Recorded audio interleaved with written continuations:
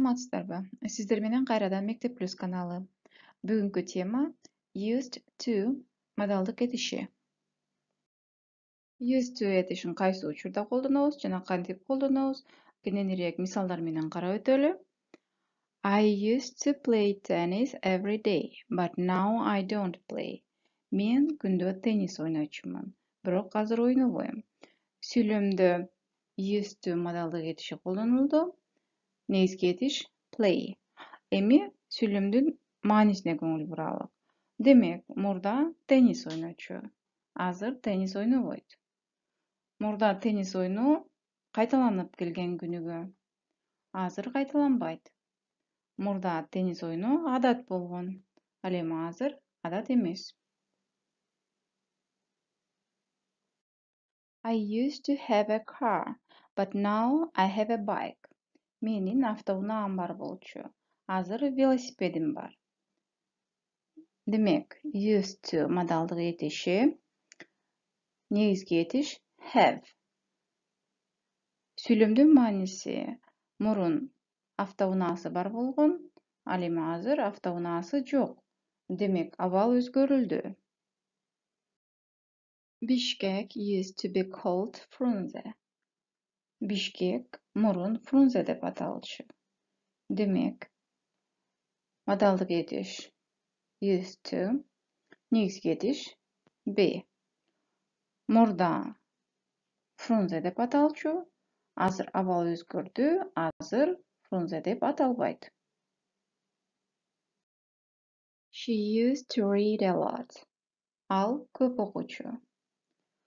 Модалдык этиш used to колдондук, негизги этиш read, окуу. Демек, мурда көп окучу, азыр окубайт. Демек, биз мисалдардан эмнени байкадык? Used to мурда адат болгон же кайталанып болуп турган, бирок азыр болбой калган же өзгөрүп кеткен нерсе жөнүндө айтуу үчүн колдонулду.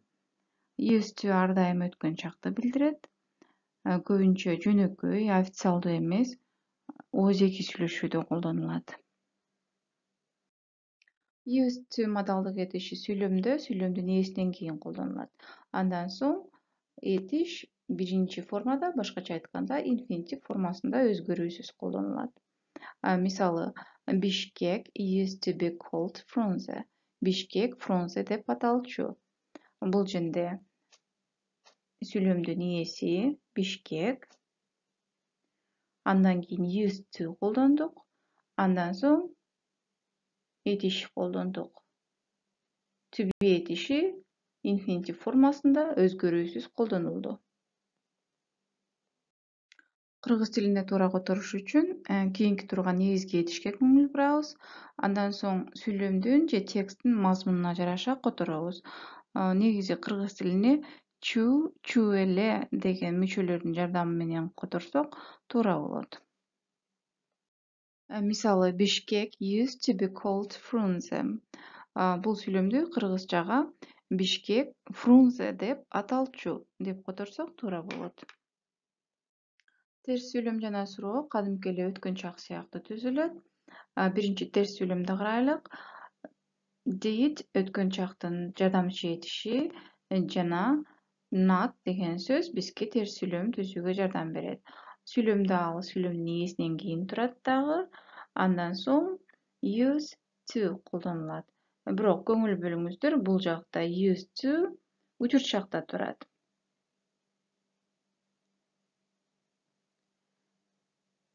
Эсиңиздерге сала кетейин, эгерде сүйлөмдө биринчи этиш өткөн чакта болсо, экинчи этиш учурчакта турушу керек.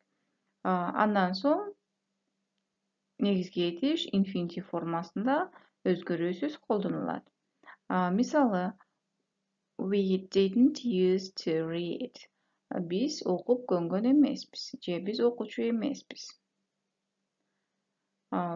Бул жакта ээси we. Андан соң өткөн чактын жардамчы этишин колдондук. Didn't, used to, биз айткандай эле учурчакта колдонуп жатабыз. Андан соң этиш окуу. özgөрүүсүз birinci infinitiv formasında колдонулду. Суроо берүү үчүн ошол эле өткөн чактын did жардамчы этишин колдонобуз да, ал сүйлөмдүн эң башында колдонулат. Андан соң сүйлөмдүн ээси колдонулат. Used to учурчакта, анан infinitiv же болбосо этиштин биринчи формасы колдонулат. Мисалга алсак, Did we used to read? Биз окучу элек. Демек, өткөн чактын жардамчы этиши, сүйлөмдүн ээси, used to учурчакта жана негизги этиш өзгөрүүсүз биринчи формада колдонулду.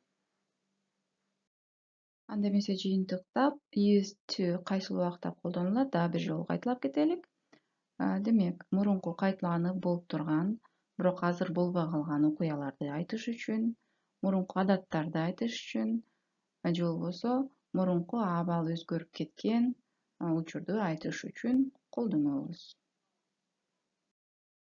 Анда эмесе бүгүнкү теманы колдонуп, төмөнкү сүйлөмдөрдү өз алдыңызча которуп көрүңүз. Сиздер менен Мектеп Плюс каналы, бизди Instagram жана YouTube баракчаларынан таба аласыздар. Каналыбызга жазылганды унутпаңыз.